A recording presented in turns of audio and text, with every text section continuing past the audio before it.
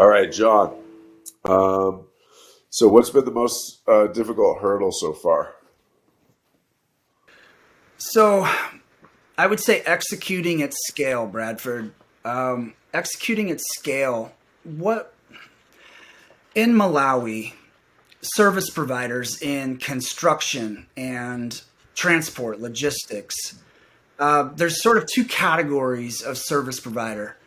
One category is servicing sort of official Malawi. They're building embassies. They're building high-end gated communities, and that's a very small and very expensive subset of the construction service provider market in Malawi.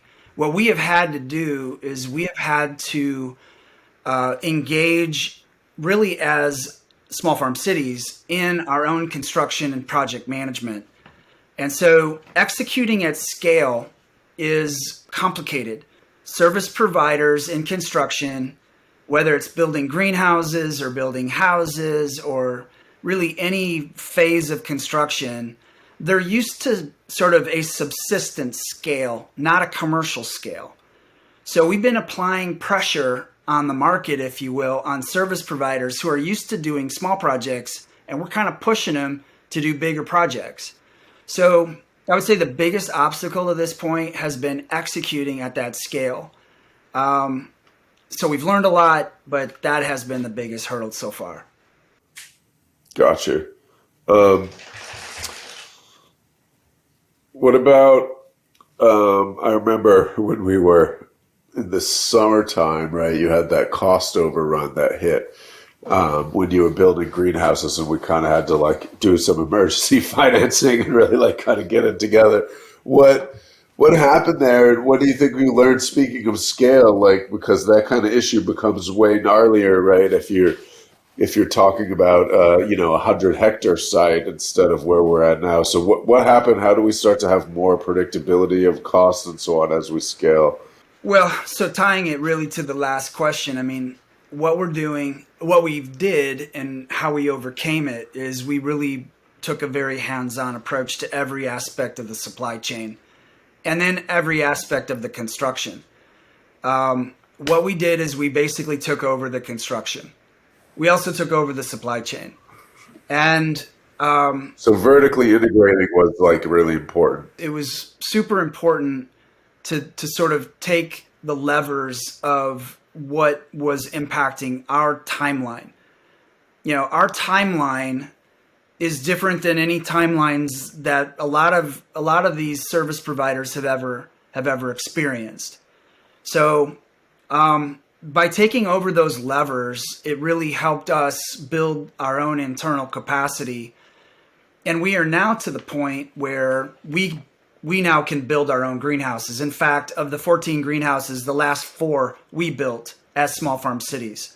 Uh-huh. So, in other words, we essentially took over those aspects of the business. And we're also, I think, one of the key lessons and sort of takeaways is that we are now also going to be engaged in our own procurement, our own supply procurement. Okay. So we become the importer of sort of those products, those elements of a project that have to be imported. We're actually going to do our own importing. So the hard news was we applied incredible pressure on the agronomist who also built greenhouses, but he had only ever built small greenhouses. He never built Right. big greenhouses. So, building these relationships, we have great agronomy, really excited about the agronomy, but on the project and the construction management, we really had to take over. What about the currency devaluation? That was an issue too, right? Huge issue. Yeah. So No, what do you do it's about all that the going inflation. forward? Okay. Well, on currency, there's sort of two ways to manage currency, but first, a word about the currency situation. Basically, Malawi is a price taker on sort of global currency. So, inflationary pressure in the United States, you can almost multiply it by two or three by the time you get to Malawi, because Malawi's currency is highly correlated to the dollar. Uh-huh. And so the way that that has to be managed is you really have to diversify your product output. We are servicing the domestic market in Malawi, but we are also very much looking at structuring export agreements. Export to, it can be to Dubai, it can be to Europe, but basically as you look at the way we're growing tomatoes, the way we're raising fish, what we're doing is we're going to be complying with global standards so that we can export. And as long as we can export product, we can get US dollar payments, and we can have a balanced approach to our revenue model for small farm cities that both is domestic sales and also export sales. And we're very much engaged. All that we're doing on the standard side is designed so that we can export and manage our currency risk. Got it. Okay, as we're on the finance track, um, I think there's a couple really interesting things you mentioned to me. One is like you can't finance what you can't audit. And then that Africa, like sort of Pan Africa, there's a big challenge with infrastructure financing. Um, so I want to unpack these a little bit because I think that's really important to your thesis for the business, right? Is like being able to finance projects both through the auditability of production and also through the separation of equity and infrastructure financing, right? And basically dealing with Africa's inability to raise muni bonds, pretty much, right? So, can you talk us through these two a little bit? Sure. Yeah.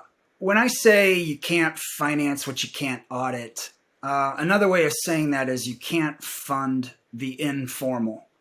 The informal market, the casual market, the paper currency market. Um, there's essentially no way to fund that type of economic activity, and 90% of African economic activity is in the informal. And it really starts with land rights, land tenure, but then sort of translates or converts more broadly. So people are not bankable. Their businesses are not auditable. And then like towns are not auditable, and even countries are not auditable. So it's just extremely difficult to bring together a long-term financing package that will then finance kind of critical infrastructure. So Small Farm Cities tackles that head on. What we do is we don't do this for the whole country. We just do this for the footprints that we're working in. But for whether it's 5 acres or 500 acres or 5,000 acres, what we're building and baking in is formality. So what we're doing is the land itself has to be titled property, or else small farm cities won't build there. Once you have titled property, then the contractual relationships between parties involved, whether it's the landowner or it's the businesses that are operating within that environment, everything is now auditable, and therefore everything becomes bankable. So what we're creating is we're essentially creating bankability at a footprint at a time. And part of the rationale of doing, tomatoes and fish, these are hard assets that actually are bankable. And very soon we'll be getting into more poultry. We can do grain, we can do corn, we can do cassava. Really, there's no limit to sort of the commodity, and the commodities are bankable. So that's on the auditability side and on the enterprise side of finance. Now, what's true of a business then becomes true of a community, even a district or the country itself. And this is where I get into municipal bond structure. Things like water systems, power, these things are necessary for enterprise to operate. but they themselves are not going to return 20, 30, 40% returns. So in a healthy economic environment, you match investor interest with the activity. So in the United States and in developed economies, you have a municipal bond market that funds things like power plants and water systems. So the US municipal bond market is $6 trillion. And that's how you finance hospitals and schools. These things are necessary to build communities, but they're not generating 30% returns. They're generating 5%. And those who are investing in that kind of investment, they're looking for long-term AAA safe returns. When you have that kind of infrastructure in place, then enterprise investment can then flourish, and the enterprises then can use that infrastructure and make 20, 30, 40% returns. In Africa, there's no such thing as a municipal bond. For all intents and purposes, municipal finance is, if it's funded at all, it's only through charitable donations. So if you have a highway or you have a water system, it's only funded by grants or donations. It's not funded by a healthy municipal financing structure. So bringing these two pieces together, municipal infrastructure finance and then enterprise finance, this can actually come together in a small farm city. It becomes essentially a platform where you can finance water systems, finance power, internal infrastructure, and then you have the enterprise. So as small farm cities develops into larger scales, we will be looking to really organize municipal finance in the African context and do this in partnership with African stakeholders and international stakeholders. Cool. Okay. So another, as we're kind of going top down here and talking about macro and systems level stuff, another thing that you mentioned to me previously is that you feel small farm cities is basically a system solution to system problems, right? What do you mean by that exactly? Sure. So it really starts with what are the risks and challenges to meeting the needs of a community, and the risks that you face anywhere in the world. They might be financial risks or legal risks. They may be operational risks, environmental. It may be safety or security. In other words, there's a whole range of risks and challenges when you're developing a project anywhere in the world. The difference between Africa, let's say, and a more developed economy is really the exposure and mitigation to those risks. And if you mitigate against 3 out of 6 risks, those other 3 risks that you don't have a solution for could kill the project. So when you're implementing developmental plans and investments, you have to actually address all the risks, because you're only ever as strong as the weakest link. You may have figured out most of the model, but it's that one part of the model that you didn't figure out that could kill you. And so you can't just say, oh, I need better fertilizer, I need better seed for my tomatoes. No, you need a whole lot more than that. And where we come in as small farm cities is really in contrast to a lot of the developmental approaches that have been pursued in Africa unsuccessfully, which is, hey, we need farmers, they need better seed, they need better fertilizer, or, oh, farmers, they need water to irrigate their plants. Well, yeah, they definitely need water to irrigate their plants, but what about the roads? What about the supply chains? What about the currency issues? What about the banking and finance? In other words, because operating in Africa involves legal, financial, operational, social, environmental, and security challenges, then if you're going to operate successfully, you better have answers for all those same challenges, or else you're going to fail. And unfortunately, most projects fail because they haven't managed all the risks. So it takes a systems approach to address a systems challenge. Uh-huh. So, this is also kind of a lesson for those involved in technology, because there's a lot of technological innovation being pursued in Africa, but its development of technology in Africa is stunted. The development of fintech in Africa is stunted. It like runs against a block wall because other risks aren't considered. So a fintech solution in a developed economy can take off, but a payment platform or a prop tech solution or some type of technological application in Africa runs into some, seemingly random problem, but it's not a random problem. It's part of a systemic, set of challenges. So Small Farm Cities is specifically designed to address all of the key risk elements, have answers to those risks, and provide solutions to those risks. Got it.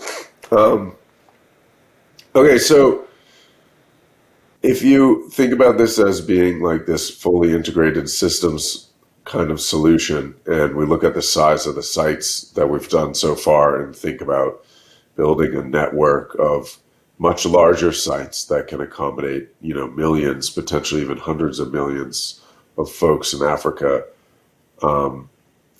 what does that look like? Is there some kind of a franchise model or something? Like, how do you scale it to be so large? So this is, I think, one of the most fun parts of Small Farm Cities. What we're doing is we're taking routine activities, like activities that are routine all across Africa. So 80% of the African economies are agriculture based. So we're taking agriculture, we're taking housing, we're taking water, we're taking electricity, we're taking all of these kind of routine, everyday kind of activities. They're going on today. All we're doing is we're coordinating it, we're organizing it, and we're making it bankable. We're making it fundable, investable by international standards. So what we're doing is we're taking Africa's routines and we're just we're coordinating them, making them more efficient, more productive. And by doing that, there's really no limit to the scale.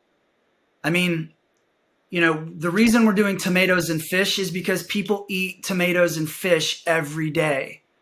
They eat eggs. They eat, cucumbers and peppers and, so what we're doing, and then welding and carpentry and water systems, plumbing, electricity, fabrication. We're taking kind of the routines and we're building systems around them and then making them financeable and bankable by international standards, which is then franchisable. In other words, Small Farm Cities doesn't have to be the operator. We can be the system and the partner of operators. In fact, Bradford, in Malawi, it's Malawians who are building Small Farm Cities. Like, I would love to say, hey, I built that house. I didn't build that house. Malawians built that house. Malawians built the greenhouses. Malawians are growing the tomatoes. So there's not a function really with Small Farm Cities that can't be carried out by an African. And that's the whole idea. I mean, it is truly an African company. We have, it's African management. Our attorneys African, our accountants are African, and so this whole design is modeled so that it can be implemented and scaled massively in in the African And continent. that comes from your experience working in Africa, right? Like I didn't sort of prepare for this earlier, but just want to insert this just because I'm realizing now for folks that are tuning in that don't know your background. Can you just give me a couple minutes on your background and experience in Africa and how that has really influenced how you've thought of this project? Because I think your approach is like fairly unique and it really comes from a boots on the ground perspective, right? It does, yeah. So it's 2022. So I started investing as a private developer investor in 2008. So about 14 years ago, and I've been involved in commercial agriculture investment, but very quickly into my investments in Ghana, I realized that you can't just build an agricultural operation. You have to also have solutions in electricity and roads and transport and logistics.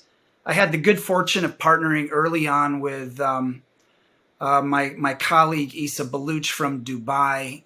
Issa had built a freight logistics network on behalf of Dubai Ports World and Emirates Sky Cargo, very involved in African transport logistics, but hubbing through Dubai. Also had good fortune of working with some private equity funds, very active in the African continent. So what I was able to glean over the last decade or so is that you're only as strong as your weakest link. That comes from firsthand experience. It also comes from, some painful lessons along the way. So yeah, I've worked in Ghana, I've worked in Ethiopia, I've worked in Rwanda, Somalia, uh, and Kenya, Nigeria. Worked in special economic zones.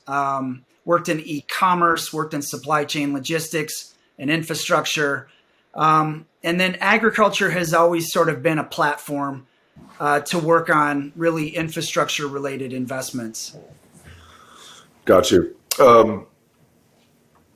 One thing you've said to me before is that it's been important to get sort of the cheapest high quality house you would live in and sort of keep driving that cost down. I think right now it's at like $3,300 or something, right?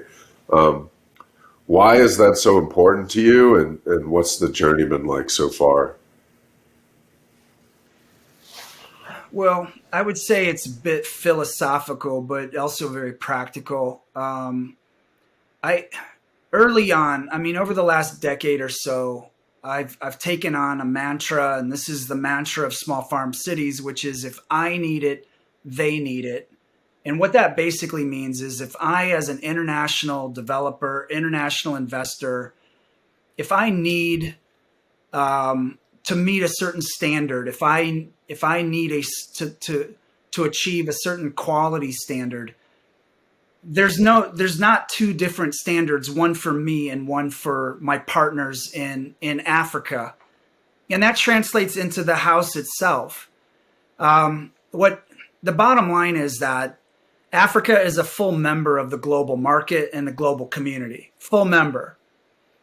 And so if you go into Africa and you have a different standard for yourself as an international developer, and then you would expect for the African partner, you sort of start with an imbalance. So I want to build houses in Africa that I would live in. In fact, the houses we built, the houses that we've already built in Mpingu and Malawi, I've stayed in those houses, and I'm happy to stay in those houses. So the bottom line is you can't have two different sets of standards.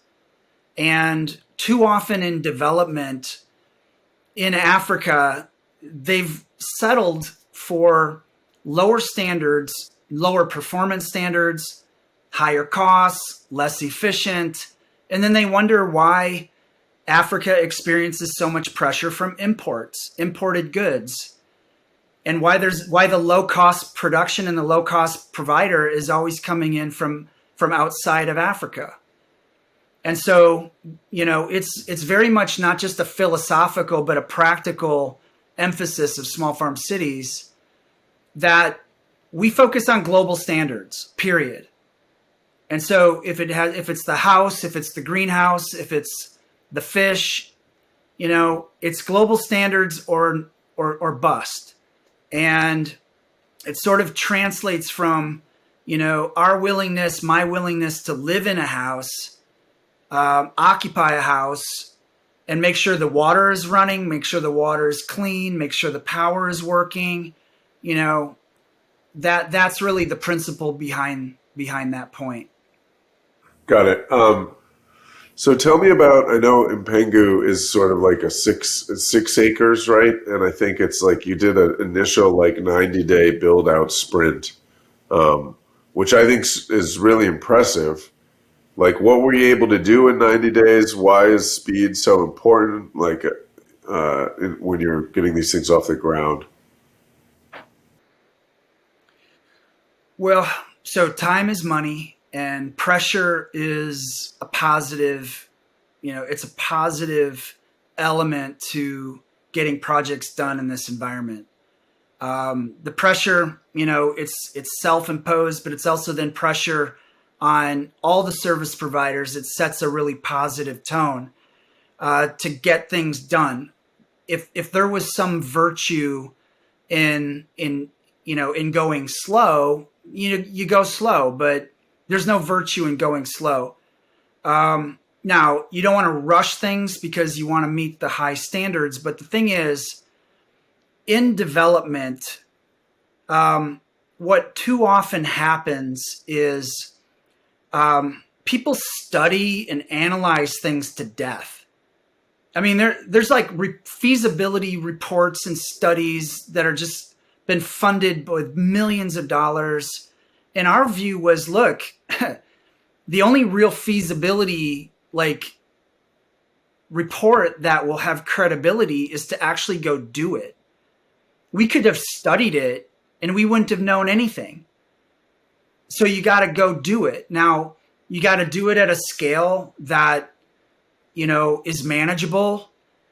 The margin for mistakes is very thin, and we did experience that earlier this year with our greenhouse construction. But if we hadn't applied that pressure on that greenhouse construction, we may have missed sort of some of the most important takeaways that now will inform, the next 1,000 greenhouses that we build. So, it's really necessary to have a certain amount of intensity, not just to be, intense for the sake of being intense, but because so many things have to move in sync. So many things have to be synchronized.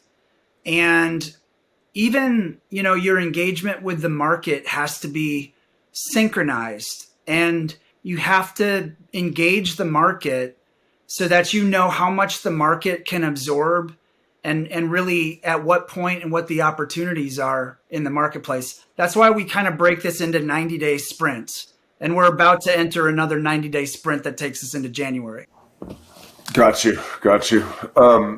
What does it look like the next level of scale then? I guess maybe like, somewhere from 10,000 to 50,000 or whatever. Like, what is sort of like a mini, like a town or village scale? I don't know what the term you would use, but so you get the point, right? Yeah, no, I like it. No, it's a town. That's Okay, a town. like a town. Yeah. What does it look like to build a town? Yeah, like in the tens of Well, thousands. we're used to talking about SMEs, small and medium-sized enterprises. I think we can talk about SMCs, small and medium-sized cities. Nice. I like that.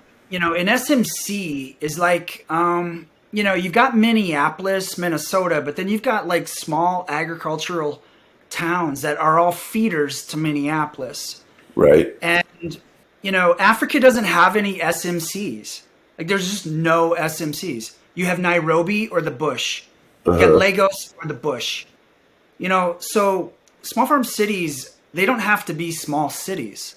Like, Chicago is a small farm city. It's just when you iterate small farm clustering, and then you bring in banking and you bring in universities, and all of a sudden you've got 1 million people. Right. So our point is that it goes to an earlier question about franchising and our systems approach. It's like we're taking the routine of life and we're coordinating it and we're actually physically clustering it into real estate and houses that you can buy and you can actually own.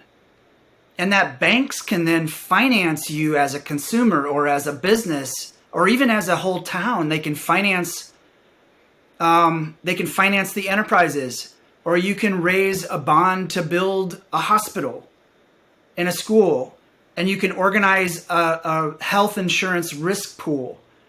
So there are iterative steps that are really leveraged and leverageable as we kind of organize larger systems.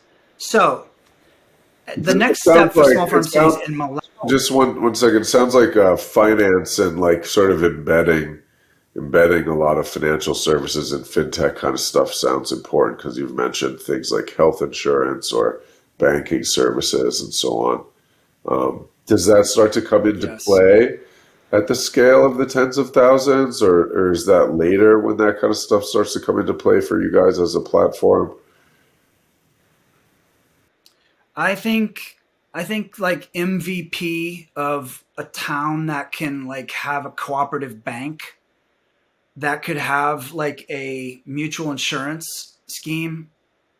I think that the MVP probably starts somewhere around 1,000 people. Oh, wow. Okay. And that can be achieved, that can be achieved pretty quickly. I mean, Yeah.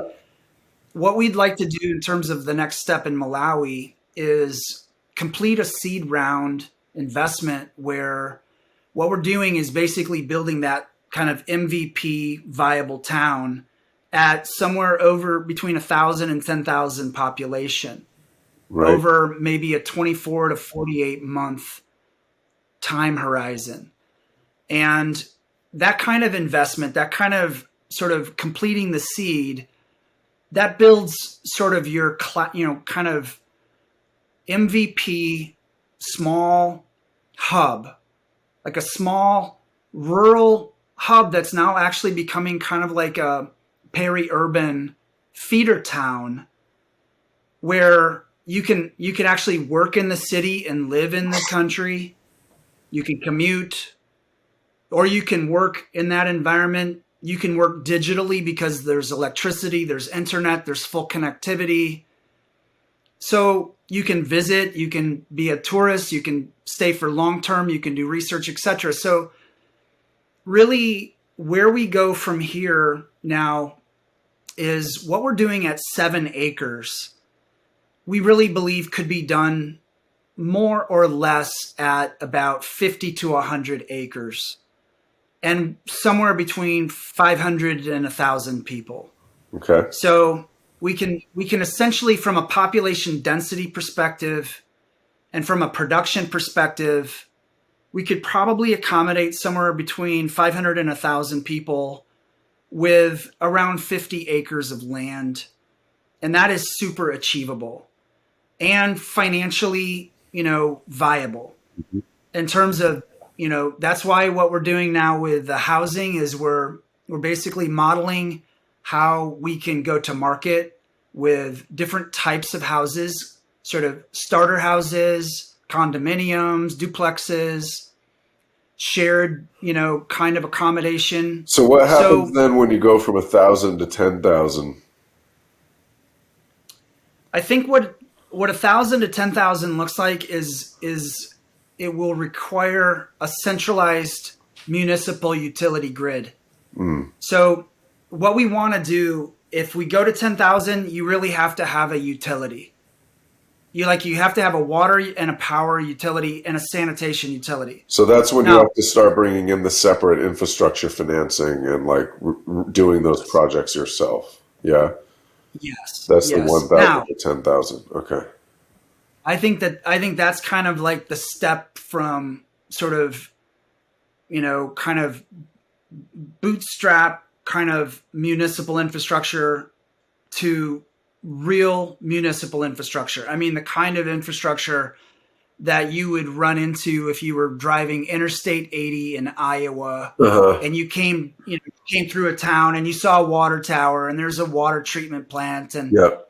there's sewage, and Right. in town there's a hospital. There has to be a hospital, has to be a school, stuff like that. So Got you. what So we're is really that looking is that at how it that. works then when you go? So then, if you think 10,000, then 100,000, then 100,000, then a million, and you're like you described this almost iterative clustering process, right? Where you would have multiple of these 10,000 things, and then they might be somewhat independent, but they're sort of geographically clustered, and then you start to have even larger and more central infrastructure across many of these. Now you have 100,000 people or a million people, and then gradually you have large commercial structures and like services industries popping up and stuff, right? Like a sort of business districts, financial districts, and so on. It starts to look like a mini city.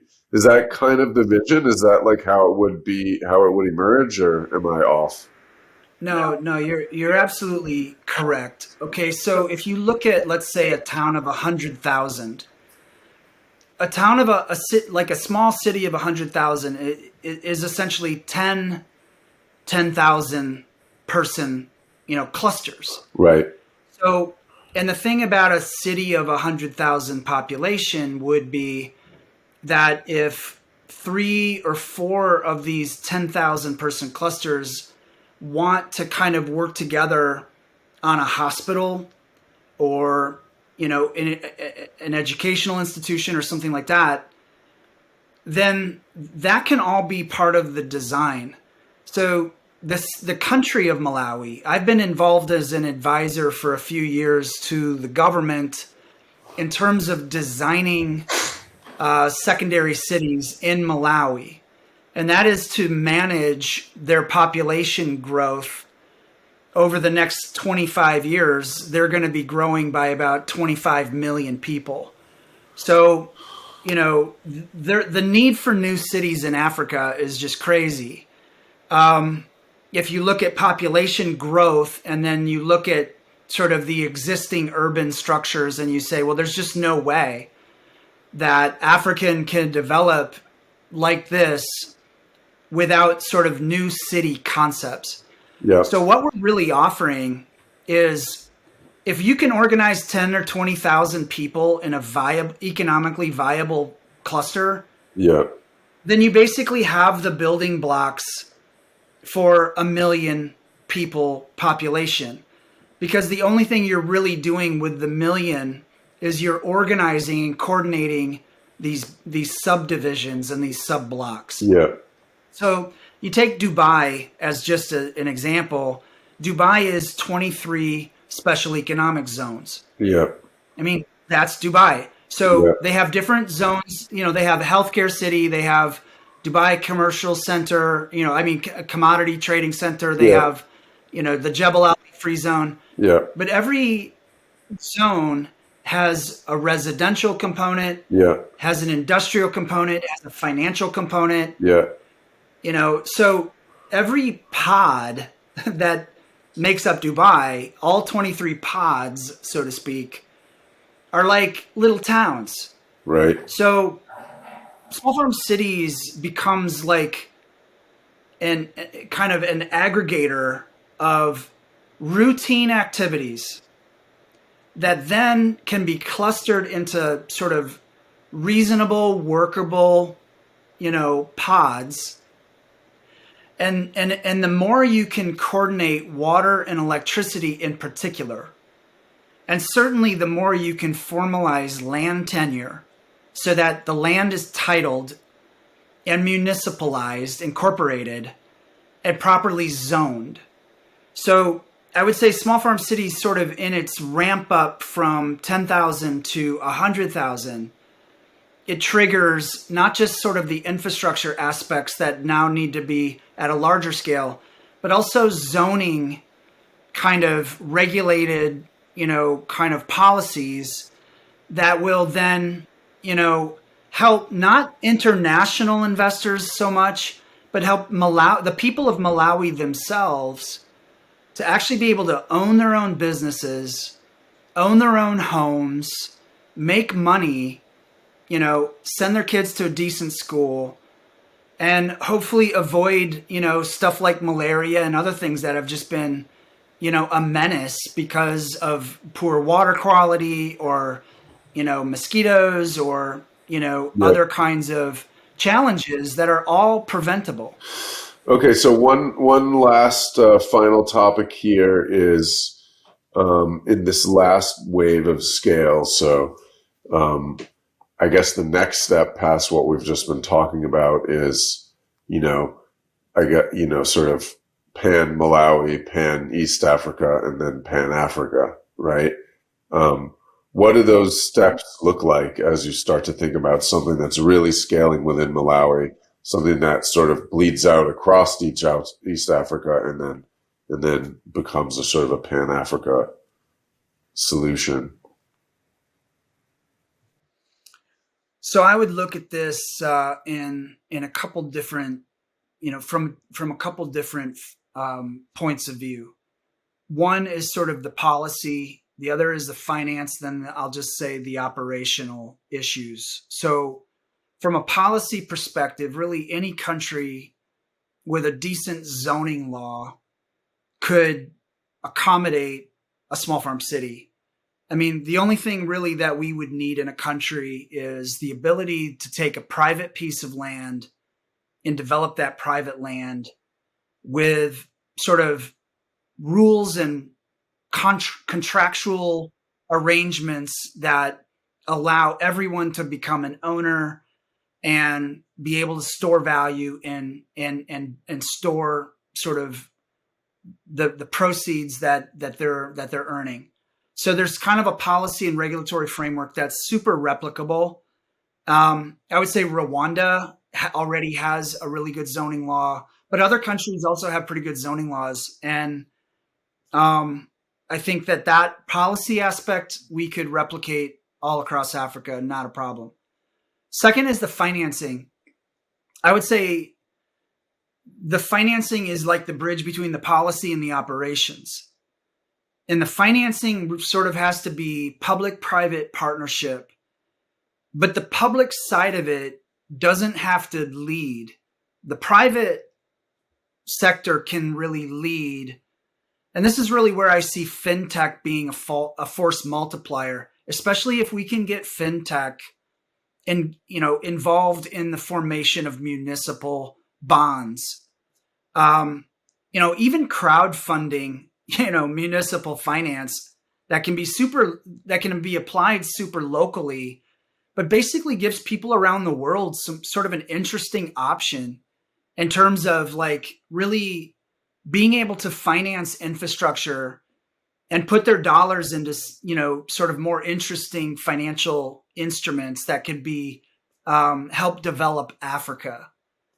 And so on the operational side, it's really kind of an efficiency issue of transport logistics and landlocked countries in the interior of Africa, like Malawi is.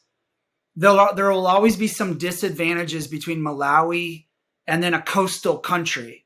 So, your Kenyas and your Tanzanias and Mozambiques and, your countries that are, Nigeria and Ghana that are coastal. There are certain advantages in those countries. Mm-hmm. So scaling up in terms of like operationally would actually be easier in a coastal country than a landlocked country. So in summary, I would say the model can work anywhere, but there are operational issues, there are financial issues, there are policy and regulatory issues, all of which are very solvable, addressable issues. My bias right now in terms of scale up, I'll just be very transparent. I like the financial regulatory environment of Rwanda, Mm-hmm. but I also like the operational efficiency of Kenya. So if I'm looking at East Africa, I'm looking at Kenya, I'm looking at Uganda, I'm looking at Tanzania, but in particular, I'm looking at Kenya. The other thing is that from Kenya, operationally, we can then service Somalia. And Somalia, after all these years, is ready actually for development of small farm cities. Hmm. In fact, the original small farm city design, I actually designed it for southern Somalia for refugees Nice. who would be returning to Somalia from Kenya. So I'm very eager to develop small farm cities in Somalia. But the operational hub that would be logical would be Kenya, Mombasa, and Nairobi. And then the financial hub, honestly, doesn't have to be in Kenya. It could be in Rwanda, the financial hub where the deals are structured, where you kind of organize the municipal bonds and you organize those structures, and then you build sort of international collaboration. That could be done at the Kigali International Financial Center. Yep. Yep. So I'm really very excited about the prospects of scaling this up into other regions. Uh-huh. Nigeria is an incredible tech hub. And so vibrant as an economy. And so, certainly interested in West Africa as well. Yep. You've mentioned, I guess, last little follow up. You've mentioned Nigeria in the past, but that it's also kind of gnarly as well. It's kind of like it's like the biggest jewel since it's such a large economy, but it's also, has some challenges. What are I mean, the scale is obvious, right? But what are the challenges? I would say that it's about finding the right partnerships. I mean, there are incredible people in Nigeria. To some extent, Nigeria is a bit of a victim of its own success in the sense that it's just such a dynamic economy. The people of Nigeria are incredibly entrepreneurial, very innovative. Nigerians who immigrate to the United States and Europe, and Dubai, they're just like serial entrepreneurs, incredibly gifted. But the governmental complexities of Nigeria itself, sort of the kind of the cultural, the religious, the conflicts have really taken their toll on Nigeria becoming sort of like a place where you can really build a great business that's bankable, that's auditable by international standards. So it's not for lack of talent. It's not for lack of ambition. It's more structural. So I really, part of what has informed the design of small farm cities has been my experience in special economic zones in Nigeria.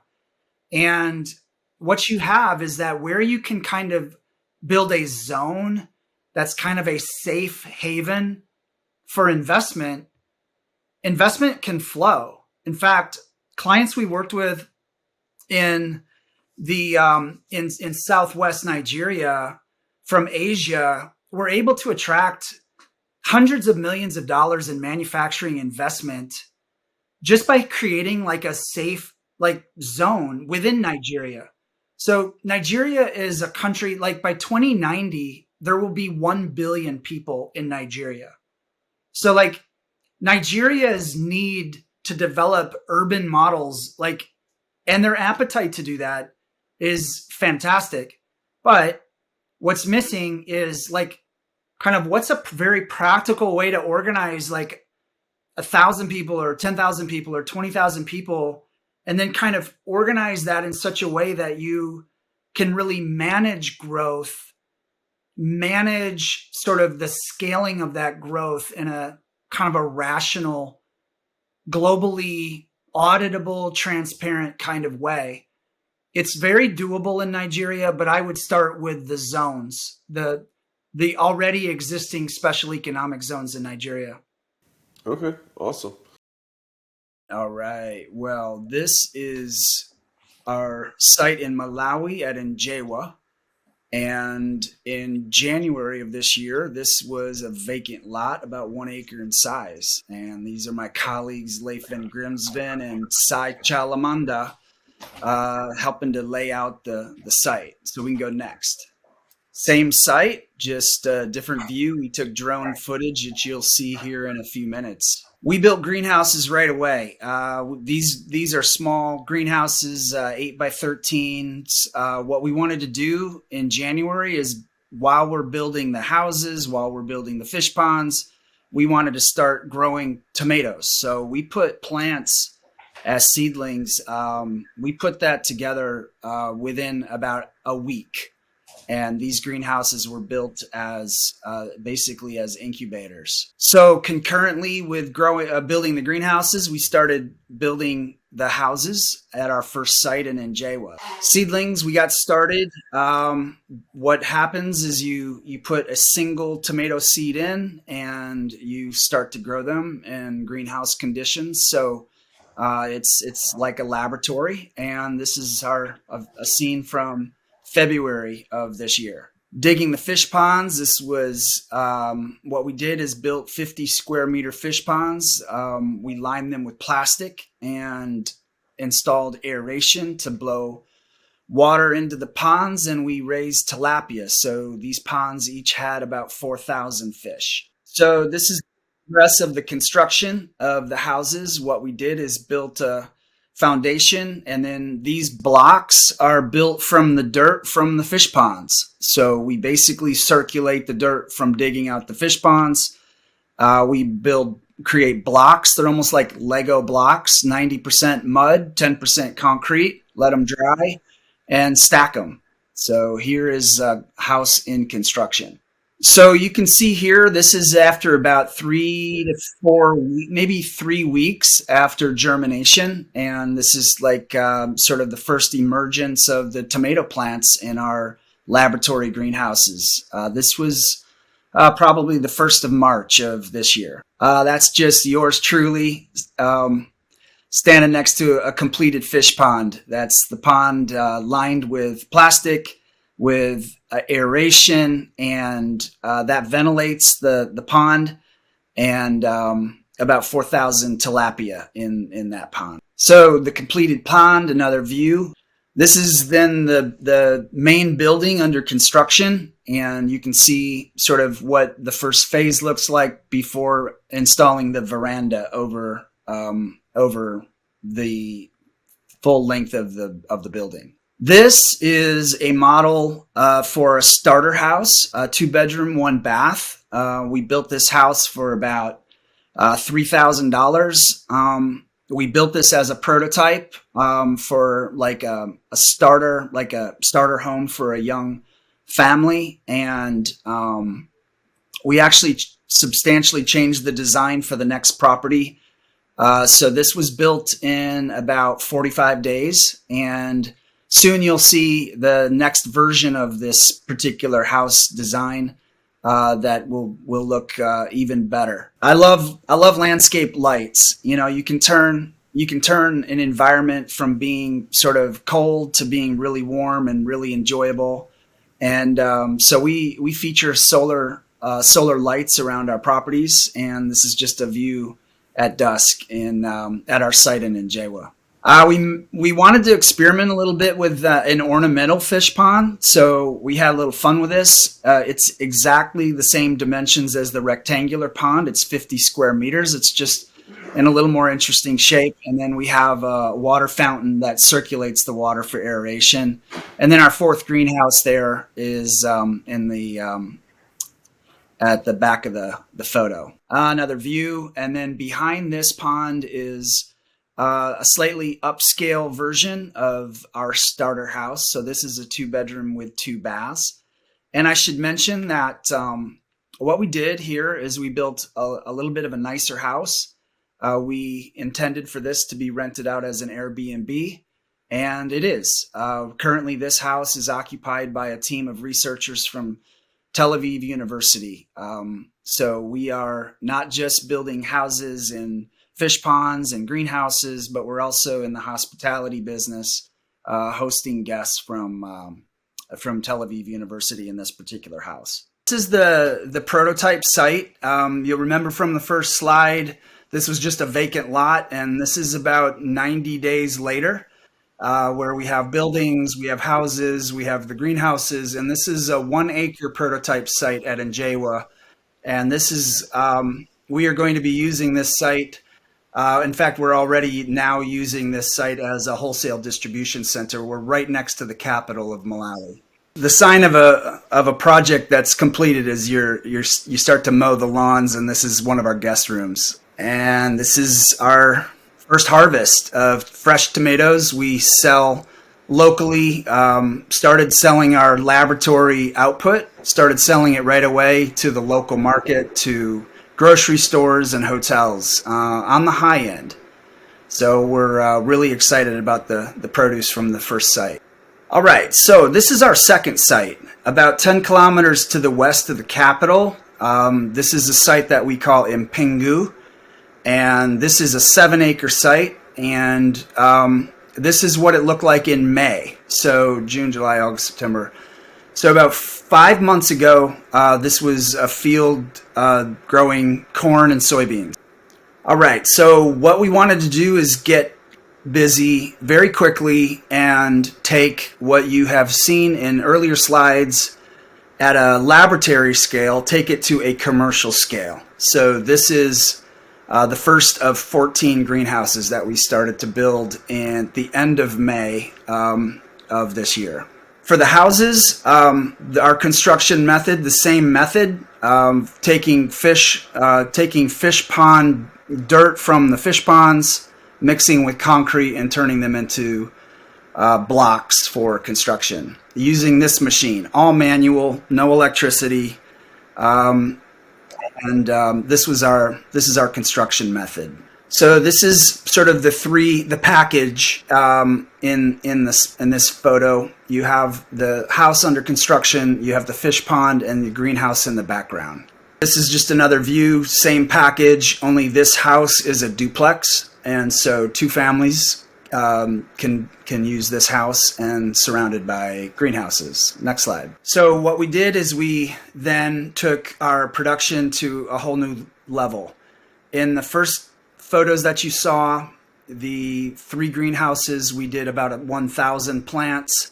In the greenhouses you're about to see, we did 23,000 plants. And so we scaled it by a factor of 23. And the seedlings produced at the Njewa site and then transplanted at the Impingu site. So this is our first emergence of the plants, and then you can get a sense of just the difference in scale. So each of 14 greenhouses has roughly 1,700 plants. So what you're looking at here is the emergence of tomato plants being grown now at the second site at a much larger scale. So this is the plants as of about 3 months, actually about 2 months in. And this is one of our agronomists, Sarah Sambrira. She's a graduate of the Lilongwe University of Agriculture, and she's one of our agronomists. She supervises all of these greenhouses. Another view of the plants, you can see the progress of the tomatoes, and we keep it very well maintained. Each plant is a production unit. There are 23,000 plants. So we have built water system dedicated. So we have the main water tower, and then that water tower then feeds smaller water tanks that then feed the drip irrigation system inside of each greenhouse. So all of this plumbing and is something that we have now organized as part of our project management portfolio. And so this is the new version of the starter house. From earlier slides, you could see our first version of the starter house, 2-bedroom, 1 bath for a young family. This is using a slightly different method and just upgrades on the windows and the finishing and just the overall presentation. So we're pretty excited about this particular unit, which would retail for about $5,500. So this is the built site now at Impingu. What you're looking at there is about 6 of the 7 acres. At the foreground is the main building. It is sort of our main office, hospitality center, can very quickly convert into a restaurant or cafeteria.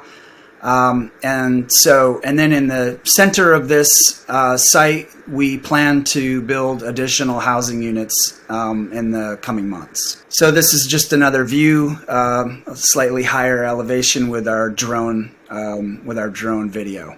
And this is our human resource manager, Impo Liesi. And Impo and his wife and son are the very first residents of Small Farm City. This is just a slightly elevated view of the duplex. So these are 2 units built in one building, maximizing efficiency for electricity and water, and then surrounded by the fish ponds and the greenhouses. So a key objective of Small Farm Cities is everyone who works for Small Farm Cities is moving forward with their lives. And these are our workers learning English. We're teaching everyone English. We will very soon be offering vocational courses in welding and carpentry. They're all getting trained classically in agronomy, horticulture, and so our employees are the lifeblood of the organization. And the very first step is really to learn good English so that they can communicate effectively with customers, with clients, and also interact with training materials that are in English so that they can learn best practices in whatever vocational track that they choose to take on. So as I mentioned earlier, we build our own furniture. This is Martin, who's building bunk beds. What we're doing is we're employing a full-time carpenter, a full-time welder, and we're able to dramatically reduce the cost of furniture. And also we're building what we consider to be a franchisable business with this furniture. So this is the team. Part of the team, about half the team, are in the early going, and just going through. We use technology. It's an everyday part of the company. So, and our guys and our women who are agronomists are all very much computer literate and engaged in technological innovation. All right, so we're getting ready for harvest. And so what you saw growing in the greenhouse, we just harvested this week our first metric ton.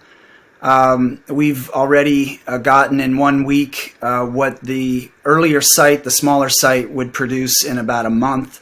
So we're pretty excited, and this is our preparation for harvesting tomatoes. Another view of the crates and the area where we use for packaging the tomatoes for sale to the market. And that is the view at night of our duplex. Another view of the veranda over the duplex. All right, so our team, this is Jonathan, this is Sarah, who you've already met. This is Kumbo Muntali, really kind of our lead on construction.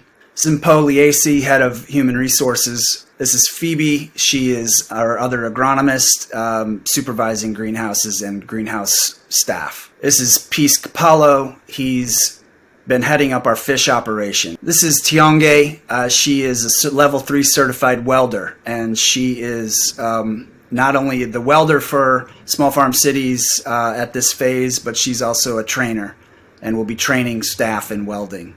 And this is Will Feza. He's administrative staff. And that, I believe, should be the end of the slideshow. All right, so a quick snapshot of the key data of the project so far. The project, we started construction in the end of January, early the 1st of February, in Malawi, near Lilongwe, the capital of Malawi. We have 2 sites now. Over the last 6 months, we've built 2 sites. One in Njewa, which is just 1 acre. It's basically our laboratory site and now our wholesale distribution center. And then our second site is in Pingu. It's a larger scale up of the prototype. It's 7 acres. And these are prototype farm clusters. Our objective is to be able to scale to hundreds, even thousands of acres But what we're doing right now is we're basically incubating integrated systems, affordable housing, greenhouse horticulture, fish farming. Now at the second site in Pingu, we'll be incorporating poultry and adding a hatchery. So the Njewa site, the 1 acre site, we've got 4 greenhouses, 4 fish ponds, 4 houses or buildings, 4 building models, and then micro municipal water and electricity. So we basically tie together the greenhouses, the fish, the houses with a micro municipal water and power system. So it took us about 75 days to build this, from kind of early mid-February into April, and it was up, running, and we were harvesting tomatoes and selling them in the market within about 90 days. The second site at Mpingu is the second acre site that it's currently under construction. We have now completed the 14 greenhouses, so 23,000 tomato plants, 6 fish ponds, 5 housing units, and then also tied together with a micro-municipal water system. And then our solar power is on individual units. So we are not yet connecting the whole site on an electrical grid. That will have to come in the next phase. We started construction at this second site in May and pretty much wrapped up construction about 4 weeks ago. So we're doing some finishing touches, but for all intents and purposes, the Mpingu site is up and running, and tomatoes are growing and fish are growing in the ponds. And the houses are now occupied with residents. Planned activity at then the second site. What we want to do is max out the 7 acre site, max out in terms of production. So we are going to be building a fish hatchery at the Mpingu site. We're going to be importing a proper fish hatchery system from the Netherlands, but the tilapia is a Nile tilapia that we'll be bringing in from Tanzania, developed by a Dutch company in Tanzania that's appropriate for the African market. So this hatchery, we should be able to produce about 500,000 tilapia fingerlings per year. We're going to be integrating a poultry operation, about 500 birds. It'll be producing about 100,000 eggs a year. We'll have running track. That's already been laid out. A staff house, which will be an accommodation for 30 staff members who are working at the site and then can now live at the site and become members of the community. We're going to build 12 additional housing units. That would be 6 duplexes with 2 units each. Hospitality and tourism is going to factor in to our design here. So we're building basketball, pickleball courts, so that quality of life and entertainment and fun and recreation is very much part of the environment that we're building at a small farm city site. We're looking at a solar power microgrid. We will also have to connect to the national power grid. It's about a 50-50 proposition as to which one's a better deal. Do you go solar? Do you go grid? This decision has not yet been made. We're in the course of evaluating that decision. A purified water microgrid. This will be very unique in Malawi, in Africa, where we actually purify the water so that when you drink from the tap, you can drink clean, purified water. So we're looking at installing that system as well at Mpingu. And then finally, at the Mpingu site, we're in the process of fully digitalizing as Internet of Things the entire property. So everything happening on the property tied into a digitalized platform. And that's so that really the data capture, the analysis, all the analytics can really inform and be replicable and franchisable. What we're doing is very much designed to be a prototype. And so digitalization of the entire asset is critical. And that goes from the housing to the agronomy to the fish to the poultry, and then all of the services and activities that are going on the site. all digitalized. At the Enjewa site then, the smaller site, the 1 acre site, it's close to town, close to the city. And so we're establishing, as we speak, a wholesale produce market where we're not only marketing our own product wholesale to the capital market, but we're also organizing sale of other producers, other growers. What we're taking is a corridor approach, which is in a hub and spoke model. You have two cities connected by a highway. And what we're doing is we're helping to formalize the trade along the highway. And we as small farm cities are then able to organize the horticulture market and also soon the tilapia market and the egg market in a way that's never been done before. And so we're looking at tomato volumes. We did a ton this week as just our first harvest, but we'll be working our way toward about 5+ tons our own tomatoes. We'll then be also buying and selling onions from growers along the corridor. And then we should be hitting about a 0.5 ton a week in tilapia starting in about 4 months from now. Plus we're adding cucumber and pepper. Housing sales, what we're doing is we will be now organizing housing sales at Mpingu, and these units will be then marketed for sale to the community, marketed to young professionals, and even upper income in a mixed income community. So we're very eager to blend sort of affordable housing with more upscale housing into our community models. So we are now organizing as well hospitality services, both at Enjewa and Mpingu. We are hosting research teams from Tel Aviv University at Enjewa. We are organizing then prospective alliances and partnerships in the country with a major hotel service provider, and looking at really getting involved in event tourism in Malawi, as well as experiential tourism for international tourists, looking to really organize this on an Airbnb platform. Hospitality is a big consideration in the development of a small farm city. Small farm city, it's a community. It's an affordable planned community.